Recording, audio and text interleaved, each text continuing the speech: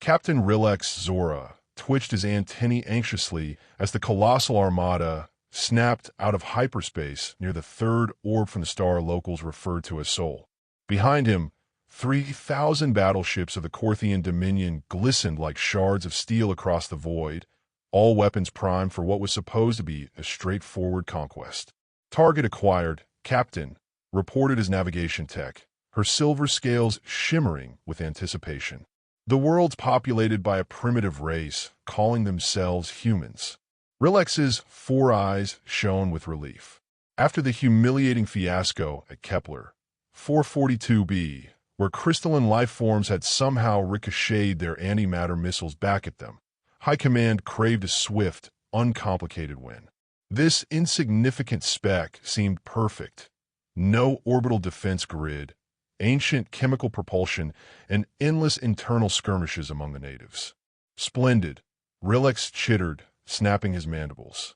Commence standard invasion protocol. Let's wrap this up before midday rations.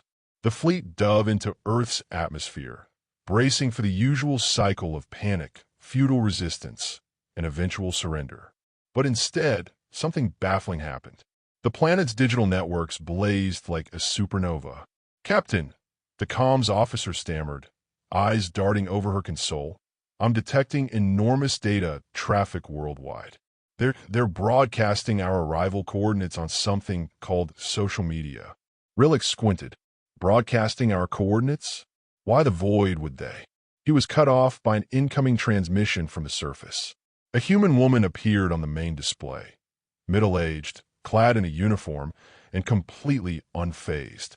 "This is General Morgan Hale of Earth Defense Force," she said coolly. "We've been waiting for you." "Waiting for us?" Rillex sputtered. "This is a surprise assault.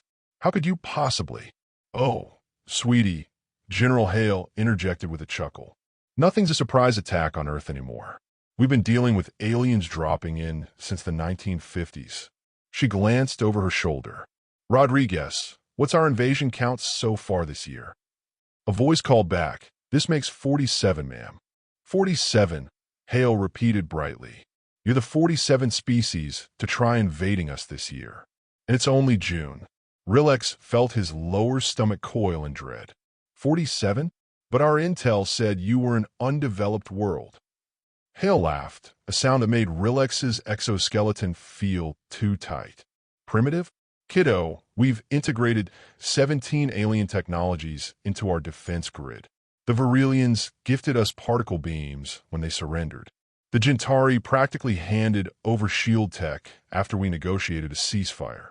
And don't even get me started on what the Thaxorians contributed once we convinced them it was in their best interest." The tactical officer's voice trembled. "Captain, long-range sensors are detecting significant energy readings planet-wide.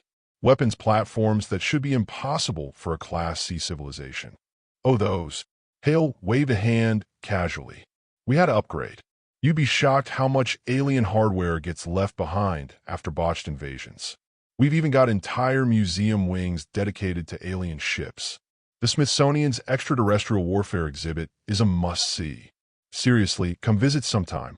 Rillex's dread solidified when his intelligence chief approached, face pale and eyes wide, gripping a datapad. "Captain, I've been combing through their global info grid. They've established something called the Intergalactic Invasion Defense Database.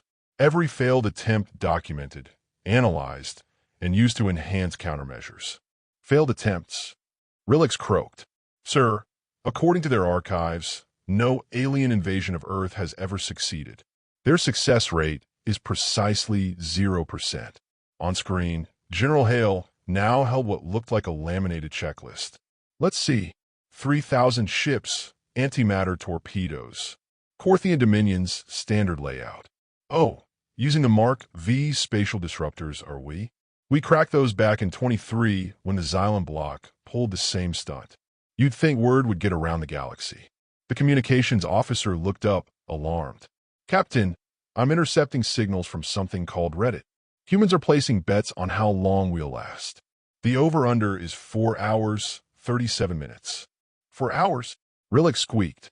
"The 37 minutes is apparently for cleanup time, sir."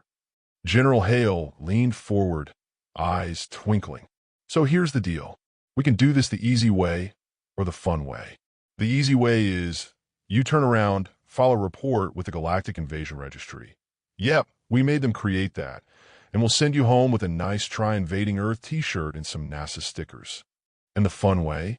Rillex whispered, fearing the answer. Hale's grin turned wicked. Well, we've been eager to test some new toys. Thranian phase shift cannons blended with Volkorian neural scramblers. My scientists are practically begging to try them on a fleet your size. Behind her, alarms started blaring, but the humans weren't panicking. They were moving with excited purpose, like kids about to unwrap gifts. Captain, his tactical officer murmured, I recommend immediate retreat. Rillex stared at the screen where General Hale was calmly consulting a laminated sheet titled Standard Alien Invasion Response Protocols. General Hale, he said stiffly, the Korthian Dominion would like to register for the easy way. Excellent choice. Hale beamed.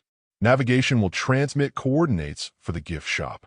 And, Captain, next time, maybe check Yelp first. Earth's rocking a solid 1-star rating for invasion tourism. As the Korthian fleet scrambled to disengage, Rillex made a mental note to revise their invasion targets database, right after figuring out what the void Yelp was.